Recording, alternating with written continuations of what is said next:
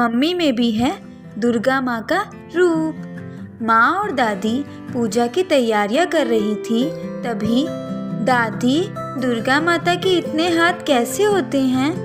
देखिए ना माँ जी, फिर शुरू हो गए। अब हम पूजा की तैयारियां करें या इनके सवालों का समाधान?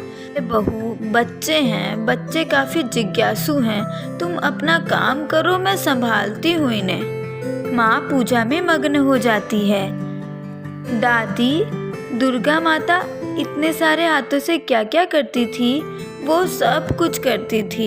एक हाथ से राक्षसों का नाश करती थी, एक हाथ से अपने भक्तों को आशीर्वाद देती थी, एक हाथ से खाना बनाती थी, अपने बच्चों को खिलाती थी, सुलाती थी और सहलाती भी थी।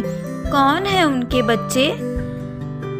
हम सब दुर्गा माँ के ही तो बच्चे हैं। हम अपनी माँ के भी तो बच्चे हैं। फिर मम्मी के 2 हाथ ही कैसे? हमारी मम्मी दुर्गा माँ की तरह क्यों नहीं है? तुम्हारी मम्मी दुर्गा माँ की तरह नहीं है तो क्या हुआ? वो है दुर्गा माता का ही तो रूप है। वह कैसे? तुम्हारी मम्मी तुम्हारी रक्षा करती है, तुम्हें खाना खिलाती है और होमवर्क भी करती है। बताओ, फिर वह दुर्गा माँ का रूप हुई कि नहीं? हाँ, हमारी माँ है दुर्गा माँ का रूप। पिंकू, बहुत हुई बातें, जाओ पूजा के लिए जाकर किचन से पानी लेकर आओ।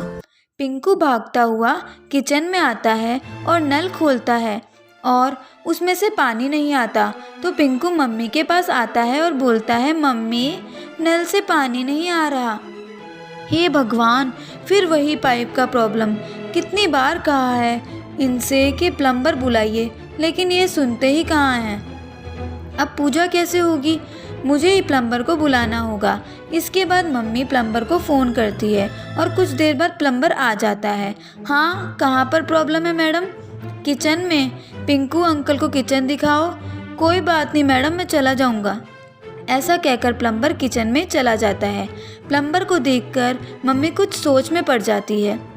माँ जी, ये प्लम्बर कुछ अजीब नहीं है? पिंकू को किचन में आने से भी मना कर दिया। ज़माना बहुत ख़राब है बहू, किसी का कोई भरोसा नहीं। प्लम्बर थोड़ा अजीब तो मुझे भी लग रहा है। पिंकू, चिंकी, जाओ तुम प्लम्बर के पास खड़े रहो, वहाँ से हिलना नहीं। पिंकू और चिंकी किचन में जाकर देखते हैं तो प्लम्बर वहाँ नहीं होता है। तभी पिंकू देखता है कि बेडरूम का दरवाज़ा खुला है। लगता है कि यह कोई चोर है और चोरी करने आया है। चलो बेडरूम में चलकर देखते हैं। पिंकू और चिंकी बेडरूम में जाकर देखते हैं तो वह चोर अलमारी से सामान को अपने बैग में भर रहा था। पिंकू ज़ोर से अपनी मम्मी को आवाज़ लगाता है, मम्मी, मम्मी, मम्मी। पिंकू और चिंकी को देखकर चोर थोड़ा सा डर जाता है। फिर वह दोनों को उठा लेता है। वह दोनों चिल्लाने लगते हैं, छोड़ो छोड़ो, मम्मी, मम्मी। तुम्हें छोड़ दूँ और मैं खाली हाथ लौट जाऊँ? तुम ही तो मेरे शस्त्र हो। अब देखो मैं सारा घर कैसे लूट लेता हूँ। मम्मी और दादी देखने के लिए भागते हैं और प्लम्बर को देखकर दंग रह जाते हैं। सारे जेवर, पैसे और जितना भी कीमती सामान है वह सब मेरे हवाले कर दो, तो तुम्हारे बच्चों की खैर नहीं। छोड़ दे उन्हें, नहीं तो अच्छा नहीं होगा। अरे मैडम, सब अच्छा ही तो होने वाला है। तुम्हारा पति घर पर नहीं है, यह मैं जानता हूँ, इसीलिए तो प्लम्बर बनकर आया हूँ। ठीक है, जो चाहे वो ले लो, पर मेरे बच्चों को कुछ मत करना।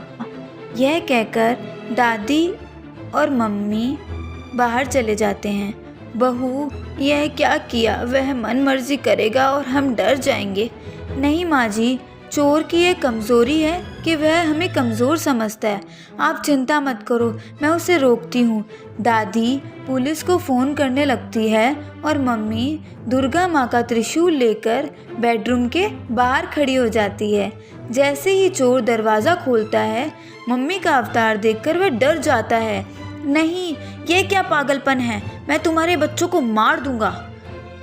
तुम्हें जो करना है यही करो, आगे बढ़े तो त्रिशूल से तुम्हारा वध कर दूंगी। मम्मी, बचाओ हमें, बचाओ। बच्चों, घबराओ नहीं, यह डरपोक है, कुछ नहीं करेगा। तभी दादी पुलिस और पड़ोसियों को लेकर आ जाती है। पुलिस को देखकर चोर बच्चों को छोड़ देता है और पुलिस से कहता है, बचाओ मुझे सर, बचाओ, ये औरत पागल है, बचा लो मुझे। हम बताएंगे तुझे असली पागलपन, ले जाओ इसे। और हवलदार चोर को लेकर चला जाता है। मैडम, दरअसल यह चोर पागल है, प्लम्बर या मैकेनिक बनकर दूसरों के घरों में घुस जाता है और चोरी करता है। आज आपकी वजह से ये हमारे हाथ लगा है। मैं आपकी हिम्मत की दाद देता हूँ और दुर्गा माँ से प्रार्थना करता हूँ कि आपकी तरह ही देश की हर औरत ऐसे ही साहस और शौर्य दिखाए। हैप्पी नवरात्रि।